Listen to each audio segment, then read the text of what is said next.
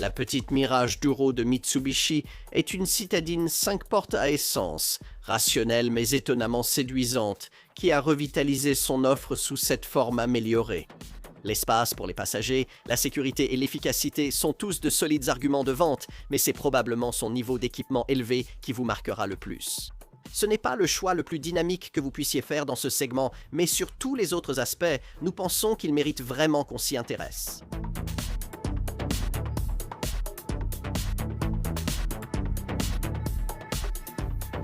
Les petites voitures sont faites pour ceux qui veulent conduire avec un budget très réduit. Cependant, cela n'implique pas que ces acheteurs recherchent aujourd'hui une sensation bas de gamme. Certains veulent leur bon sens et leur sensibilité, mais aussi un peu de style et de luxe, comme lorsqu'ils avaient des voitures plus grandes. Et c'est à ces personnes que Mitsubishi destine cette voiture, la Mirage Duro. Vous n'en avez pas entendu parler. Eh bien, vous n'êtes pas le seul, ce qui est décevant pour Mitsubishi. Car lorsque cette marque japonaise se lance dans les petites voitures compactes, elle a tendance à bien les réussir, même si cela n'arrive pas très souvent. Avant l'arrivée initiale de cette Mirage ici au printemps 2013, il faut remonter jusqu'en 2004 pour trouver la dernière fois. Ce constructeur a introduit un tout nouveau design dans le secteur des petites voitures, et ce modèle Colt sous-estimé était plutôt une Super Mini de la taille d'une Fiesta. Cette Mirage représentait la première tentative de Mitsubishi dans le segment des citadines plus abordables, pour des petites voitures un peu plus compactes. Un segment actuellement dominé par des modèles comme la Volkswagen Up, la Peugeot 108 et la Fiat Panda. En réalité, elle a eu du mal à s'imposer, non pas parce que c'était une mauvaise voiture, mais plutôt à cause d'un positionnement sur le marché un peu confus. La Mirage n'était pas assez abordable pour attirer les clients de citadines à très petit budget recherchant du très bon marché. Les gens achètent des modèles comme la Solerio de Suzuki ou des produits d'entrée de gamme de Dacia ou MG. Elle ne paraissait pas assez luxueuse ni sophistiquée pour attirer ceux prêts à payer cher pour des versions haut de gamme de voitures de ce segment. Il a fallu repenser un peu les choses, c'est ce qui a été fait et voici le résultat.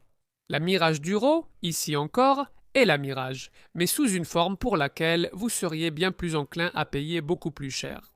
Lancée à l'été 2016, cette version Duro est nettement plus élégante à regarder et offre une sensation bien plus haut de gamme dans l'habitacle. Le meilleur dans tout ça, c'est qu'à un prix raisonnable, elle est équipée de fonctionnalités auxquelles on ne s'attendrait tout simplement pas pour une voiture de ce genre. Des éléments comme les sièges chauffants, les rétroviseurs rabattables électriquement, le régulateur de vitesse, les phares Big Xenon, une radio DAB et bien plus encore. C'est, en résumé, une proposition d'achat bien plus solide, bien mieux capable de mettre en avant des atouts que la version originale de ce modèle a toujours eu, mais auxquels, auparavant, personne ne prêtait vraiment attention. Des éléments comme le moteur 3 cylindres 1,2 litres économique, les normes de sécurité élevées et, peut-être le meilleur de tout, le poids plume de la carrosserie, leader dans sa catégorie qui réduit les coûts d'utilisation. Il est temps de découvrir cette voiture.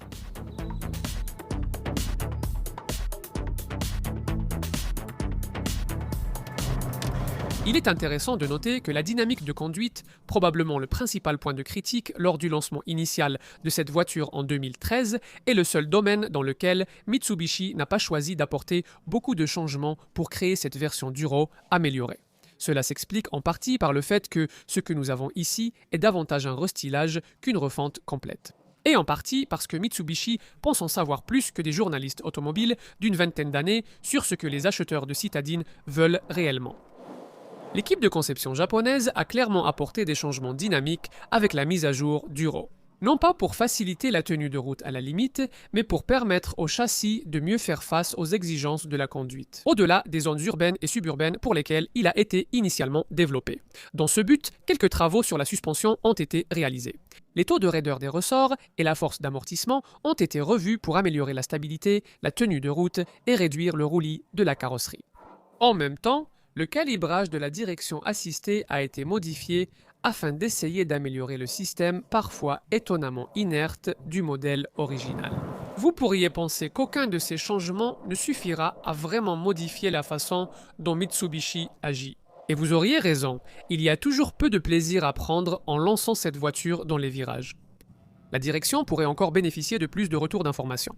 La suspension encaisse durement les gros nids de poule et le roulis de la carrosserie reste plus marqué que chez certains concurrents.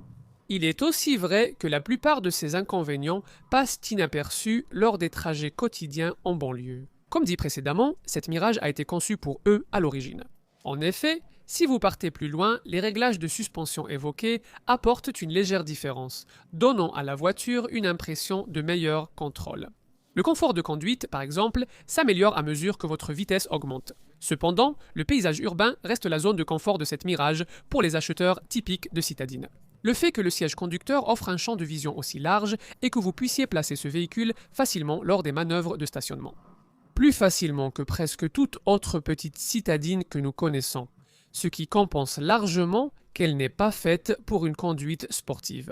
Ces personnes apprécieront également le fait que la direction assistée, lente et floue, qui vous prive de sensations à grande vitesse, facilite aussi le rayon de braquage le plus court de la catégorie, seulement 9,2 mètres ou 3,48 tours de butée à butée. Les freins sont bons aussi, mais il n'y a pas non plus énormément de poids à arrêter. Ce poids léger est un facteur clé qui contribue au faible coût d'utilisation de cette voiture. Cela aurait sans doute été la meilleure de sa catégorie si les ingénieurs de Mitsubishi avaient retiré plus d'efficacité du moteur essence 3 cylindres 1,2 litres. C'est la seule option sous le capot pour les clients de la Mirage. Maintenant que le bloc d'1 litre et 69 CH du modèle original a été retiré de la gamme, et il est suffisamment volontaire, même s'il pourrait certainement être un peu plus raffiné, il confère à cette voiture autant de performance que les acheteurs de citadines sont susceptibles de souhaiter. Ce qui est aidé par le fait que c'est la seule voiture du segment à afficher un tel poids sur la balance. Avec moins de 850 kg, le 0 à 100 km/h est abattu en 11,7 secondes pour atteindre une vitesse de pointe de 180 km/h, la meilleure de sa catégorie. Ces chiffres concernent la version manuelle testée ici. Il existe également une option de boîte automatique CVT, qui, il faut le reconnaître, n'a pratiquement aucun impact sur l'efficacité, mais affecte les performances. On le remarque un peu, le temps d'accélération passant à 12,8 secondes et la vitesse maximale étant de 172 km/h.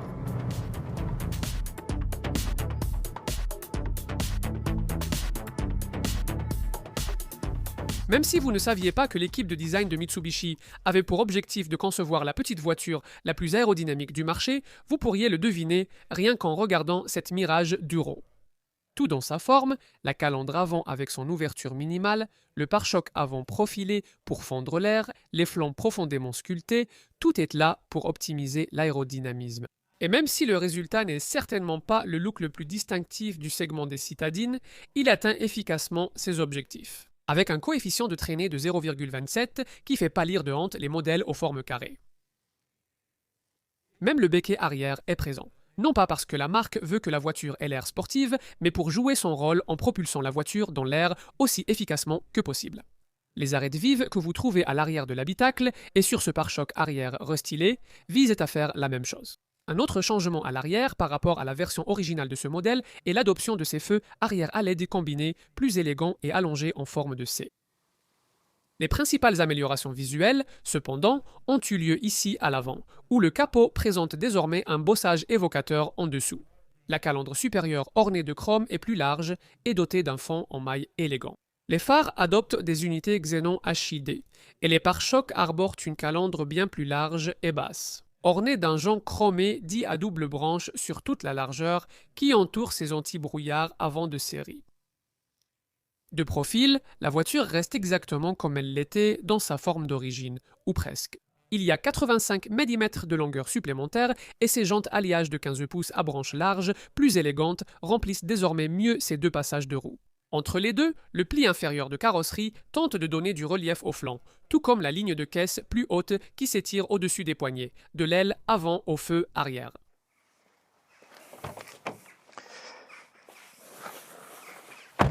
Il est temps de prendre place à l'intérieur maintenant. Dans la première génération de la Mirage, sortie en 2013, c'était franchement la partie de la voiture qui donnait une impression de bas de gamme, même sur les versions haut de gamme. Ce n'est plus du tout le cas aujourd'hui. Quelqu'un chez Mitsubishi a compris que même les acheteurs de citadines veulent que les parties de la voiture qu'ils regardent et utilisent le plus souvent paraissent un peu moins bon marché et fonctionnelles.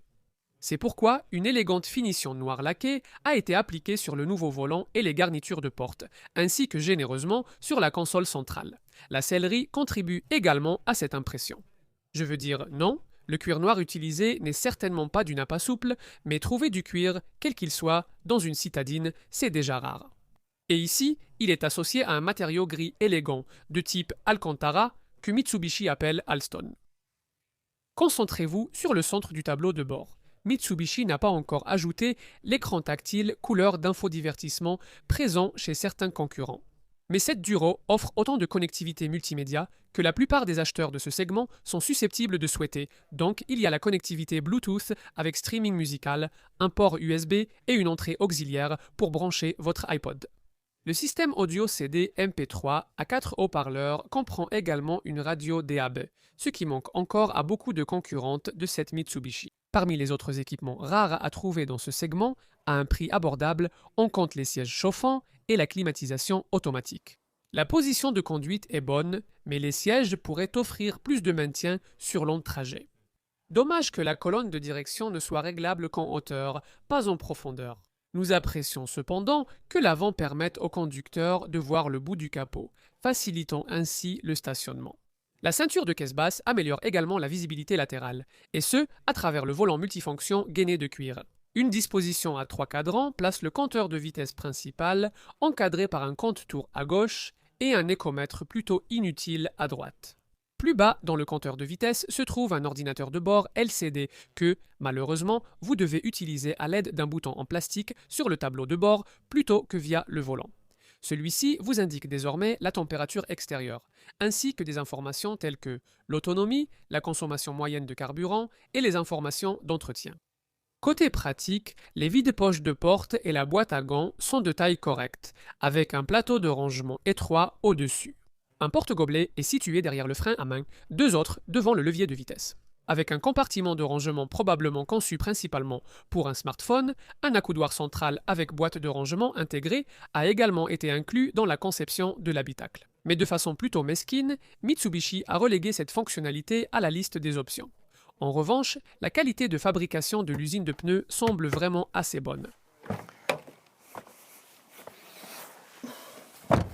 À l'arrière, les choses sont restées telles qu'elles étaient avec la version originale de ce modèle, à l'exception de cette garniture de sellerie plus élégante. Il y a un tunnel de transmission agréablement bas. La ligne de fenêtre basse donne une impression de légèreté et d'espace. Et comme nous l'avons dit lors de notre premier essai de cette voiture, l'espace global dont vous disposez à l'arrière est impressionnant. Compte tenu des dimensions extérieures réduites, il y a en fait autant de place pour la tête et les jambes qu'il y en avait autrefois dans des modèles censés être plus grands, de type citadine. 2 adultes d'1,80 m pourraient s'asseoir ici avec un enfant entre eux, et ils pourraient être installés derrière 2 passagers avant tout aussi grands. Il n'y a pas beaucoup de voitures dans le segment des citadines qui peuvent en faire autant. Il est temps maintenant de regarder l'espace de chargement. N'importe quel designer automobile peut augmenter la capacité des sièges arrière dans un modèle comme celui-ci simplement en réduisant la taille du coffre.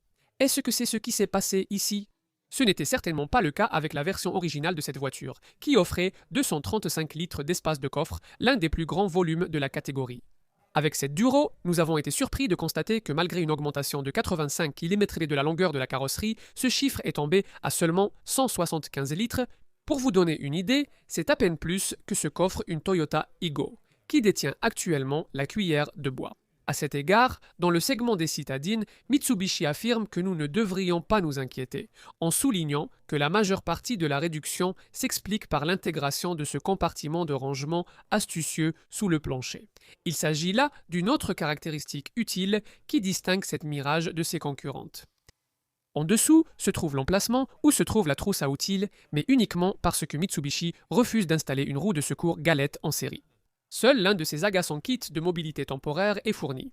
Le chargement d'objets plus volumineux est légèrement gêné par le seuil de chargement assez haut et l'ouverture restreinte du haillon. Mais une fois que vous avez mis vos affaires à l'intérieur et que vous rabattez la banquette arrière fractionnable 60-40. Il y a 600 litres de capacité si vous chargez jusqu'à la ligne des vitres et 910 litres d'espace si vous pouvez charger jusqu'au niveau du toit. Peu de voitures de cette catégorie font mieux aujourd'hui.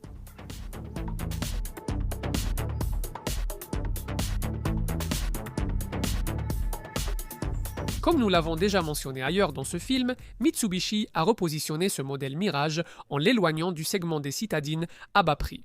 Ont donc disparu la finition d'entrée de gamme basique, le moteur 1 litre de 69 chevaux plus faible, ainsi que les options de tarification en dessous de 10 000 livres sterling qui étaient là proposées par cette voiture dans sa version d'origine.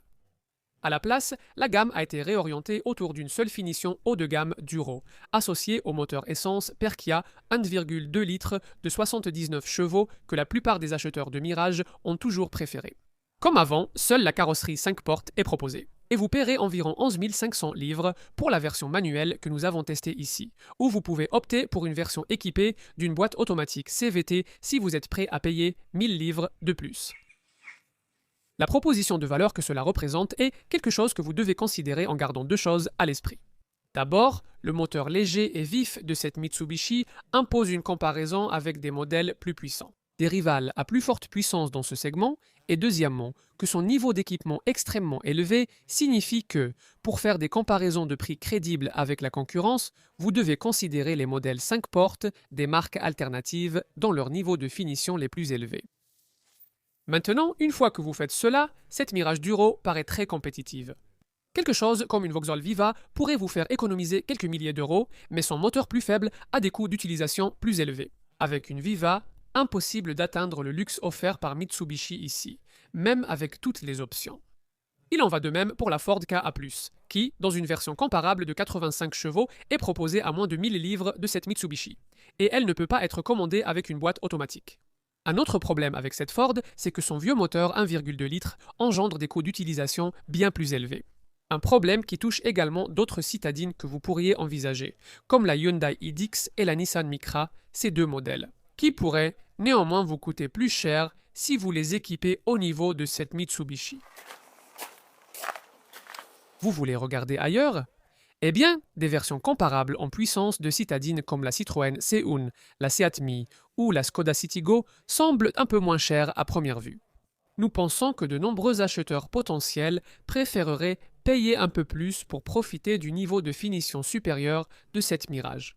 Les versions d'entrée de gamme peu équipées de modèles directement comparables dans ce segment, comme la Fiat Panda Twin Air et la Renault Twingo TCE, coûtent à peu près le même prix que cette Mitsubishi, tandis que des versions équivalentes en puissance de la Volkswagen Up, de la Peugeot 108 et de la Kia Picanto vous coûteront en réalité un peu plus cher. Et ce, malgré leur déficit d'équipement comparé à cette Mirage Giro.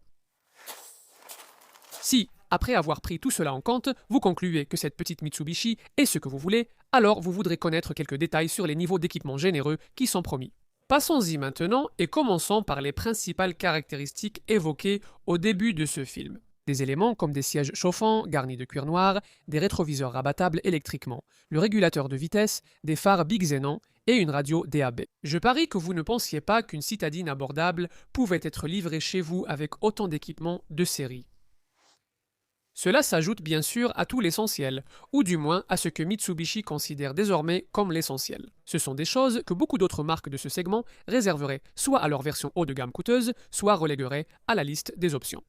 Je pense notamment à un système d'entrée sans clé, Bluetooth, compatibilité téléphonique, vitres arrière surteintées, climatisation automatique, capteur de stationnement arrière, jantes alliage 15 pouces feu, arrière à LED, phare et essuie-glace automatique, anti-brouillard avant, ainsi qu'un volant et pommeau de levier en cuir.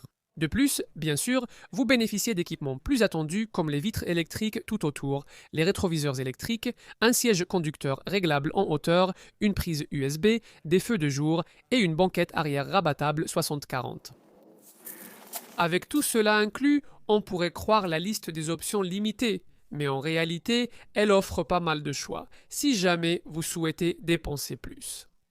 Les deux systèmes de navigation Kenwood DAB, assez onéreux, pourraient dépasser votre budget, mais vous pourriez vouloir ajouter quelques options plus abordables, pratiques ou esthétiques. Nous voudrions certainement la roue de secours compacte et peut-être aussi la coudoir centrale avec boîte de rangement intégrée, qui s'adapte à la console centrale. Un pack de protection propose des accessoires utiles. Bavette, tapis de sol, protection de seuil et tapis de coffre.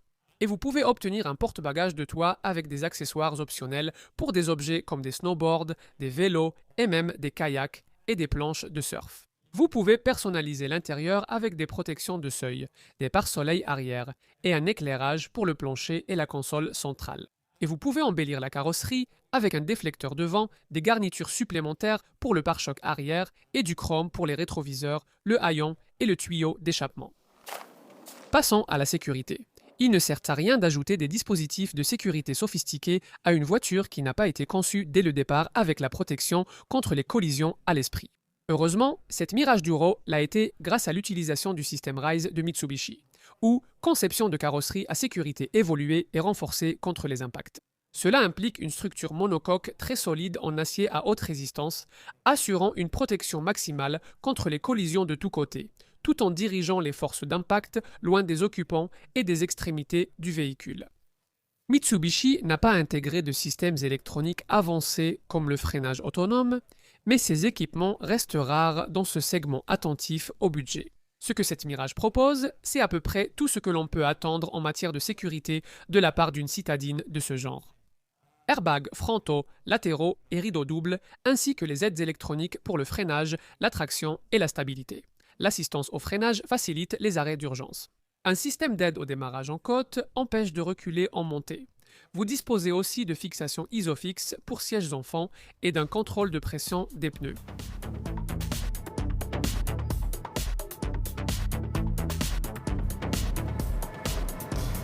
Tout d'abord, comme vous le savez peut-être déjà, toutes les petites citadines ne se valent pas en matière d'efficacité. Certaines, comme la Hyundai iDix, la Nissan Micra et la Ford Ka+, utilisent des moteurs essence 1,2 litres technologiquement dépassés qui sont loin d'être performants en termes de consommation de carburant et d'émissions. D'autres, comme la Volkswagen Up, vous font payer plus cher pour des packs éco-optionnels qui permettent d'atteindre les chiffres de consommation annoncés dans les publicités attrayantes. Cette Mitsubishi ne vous impose certainement rien de tout cela.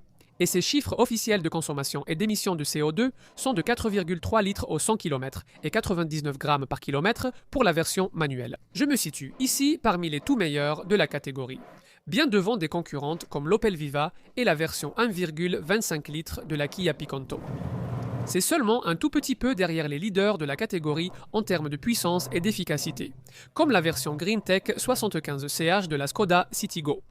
Mais en fait, on s'était initialement demandé si cette Mitsubishi ne finirait pas légèrement devant des rivales comme celle-là en termes de coût d'utilisation. Après tout, cette Duro est la voiture la plus légère de sa catégorie, affichant seulement 845 kg sur la balance. En version manuelle, cela est principalement dû à son aérodynamisme soigné et à une configuration de suspension profilée. Pour vous donner une idée, on parle d'un poids qui est de 84 kg, inférieur à celui de la Citigo et de ses clones de design, la Volkswagen Up et la Seat Mii. C'est une différence comparable à l'économie de poids que vous feriez si vous demandiez à un adulte ou à deux de vos enfants de descendre et de marcher. Encore plus lourde en comparaison avec cette Mirage, on trouve des citadines populaires comme la Vauxhall Viva, la Ford Ka+, la Hyundai iDix et la Fiat Panda. Tout cela est assez impressionnant, tout comme le fait qu'il n'y a pratiquement aucun coût d'utilisation. L'inconvénient de choisir la version automatique CVT de cette Mitsubishi, une variante qui affiche la même consommation de carburant en cycle mixte que sa version manuelle. Et une émission de CO2 qui, à 100 grammes par kilomètre, n'est que légèrement plus élevée. Pouvoir offrir une efficacité pratiquement identique, quel que soit le type de transmission choisi, est un atout unique dans ce segment. Maintenant, avec quelque chose comme une Volkswagen Up, la pénalité pour choisir une automatique est d'environ 5 miles par gallon et 7 grammes par kilomètre. Mais si vous optez pour quelque chose de fondamentalement moins efficace dans ce segment, comme une Hyundai i10 ou dans cette Samika par exemple, et vous constaterez que la version automatique pourrait facilement vous coûter 20 à 30% de plus à faire rouler que la version CVT de cette Mitsubishi. Et c'est un écart de niveau assez choquant. Bien sûr, cette Giro n'est pas impressionnante en termes d'économie, simplement à cause de son poids léger et de son coefficient de traînée aérodynamique de 0,27. Tout un ensemble de fonctionnalités dites de mouvement intelligent a été utilisé pour réduire les coûts d'utilisation. Cela inclut des pneus à faible résistance au roulement, un alternateur à haut rendement, un capteur de batterie intelligent et un système de freinage régénératif qui récupère l'énergie qui serait autrement perdue lors du freinage, comme c'est la tendance actuelle. Un système d'arrêt-redémarrage automatique coupe le moteur quand il n'est pas nécessaire, comme dans les embouteillages ou au feu. Comme mentionné, cela fait une grande différence. Suffisamment pour que les propriétaires soient exemptés des taxes annuelles sur la route et de congestion à Londres, et offrir à l'utilisateur une autonomie potentielle allant jusqu'à 800 km avec le réservoir de 35 litres pour essayer d'aider les acheteurs à s'approcher des rendements annoncés au quotidien. Mitsubishi a inclus un affichage EcoDrive à 3 barres dans le combiné d'instruments pour donner une indication visuelle de la façon dont le véhicule est conduit de manière économique. Basé sur la consommation de carburant actuelle et le régime moteur, c'est l'une des premières choses que l'on remarque à propos de cette voiture après être parti. Ici, plus vous roulez tranquillement, plus les barres vertes augmentent. Une tache orange apparaît si vous appuyez fort sur l'accélérateur. Maintenant, comme la plupart de ces dispositifs, tout ce que celui-ci fait vraiment, c'est vous dire si votre pied est sur l'accélérateur ou non. Mais au moins, cela garde toute la question de l'éco-conduite à l'esprit. Vous pouvez surveiller le succès de vos efforts d'efficacité grâce à l'autonomie et à la consommation moyenne de carburant affichée sur l'ordinateur de bord. Moins utilement, le même affichage vous donne une lecture AS et G qui vous indique depuis combien de temps le système Stop and Start a été actif lors de votre trajet actuel. Nous ne savons pas vraiment pourquoi vous voulez savoir cela. Autre chose? Eh bien, le groupe d'assurance n'est pas particulièrement abordable selon les normes de la catégorie. Il est classé à 19D pour les deux variantes, ainsi qu'avec la garantie de 5 ans correcte. Mitsubishi offre une garantie qui est légèrement gâchée par l'insistance de la marque à la limiter à 100 000 km. L'entretien est requis tous les 20 000 km. Et vous pouvez réduire les coûts d'entretien en achetant un forfait d'entretien prépayé à bon prix, qui couvre le coût des visites en atelier pendant 3 ans ou 58 000 km. La valeur résiduelle devrait vous permettre de récupérer 28,3% de votre prix d'achat initial après la période standard de 3 ans et 96 000 km de possession. C'est légèrement en dessous de la moyenne, ce qui est courant aujourd'hui. Il y a une garantie anti-perforation de 12 ans et 3 ans d'assistance routière pan-européenne ainsi qu'une assistance à domicile. Tout cela inclus dans le prix.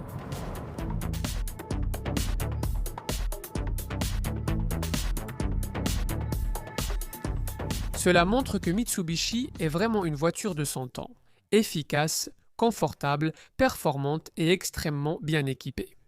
En échange d'un prix raisonnable, vous obtenez une citadine sans chichi qui met la sécurité, la fiabilité, l'économie et de faibles émissions en haut de son CV.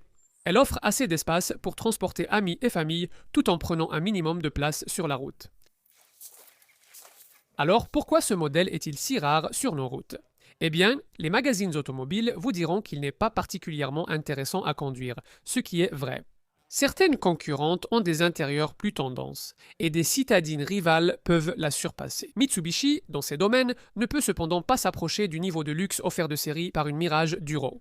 Les intérieurs tendance et la tenue de route de pointe, c'est bien joli. Mais au final, il y a énormément de choses à dire. Pour pouvoir profiter des luxes d'une grande voiture dans une petite citadine, des équipements inattendus comme le régulateur de vitesse, l'accès sans clé, la radio DAB et les sièges chauffants, tout cela est de série, ici. Mitsubishi pourrait-il améliorer certains points à l'avenir? Oui, bien sûr. Nous recommandons à l'équipe de privilégier la dynamique de conduite et d'envisager un coffre plus grand ainsi qu'un habitacle plus solide. Mais pas au détriment du poids exceptionnellement faible de ce modèle, qui fait que ses chiffres d'efficacité sont si compétitifs dans l'ensemble. Si vous nous avez suivis tout au long du film, vous savez déjà que cette voiture a beaucoup de sens. Si nous achetions une nouvelle voiture comme deuxième véhicule familial, nous la voudrions à un prix abordable. Capable de transporter confortablement 3 enfants et leurs bagages à l'arrière, et d'offrir régulièrement plus de 4 litres au 100 km, ainsi que moins de 100 grammes de CO2 par kilomètre pour maintenir les coûts d'utilisation bas. Le fait que cette Mirage puisse faire tout cela, tout en vous gâtant un peu au niveau de ses équipements, suffit à lui donner beaucoup plus d'intérêt dans ce segment qu'elle n'en recevra probablement. Les acheteurs de citadines avisées devraient aller en essayer une.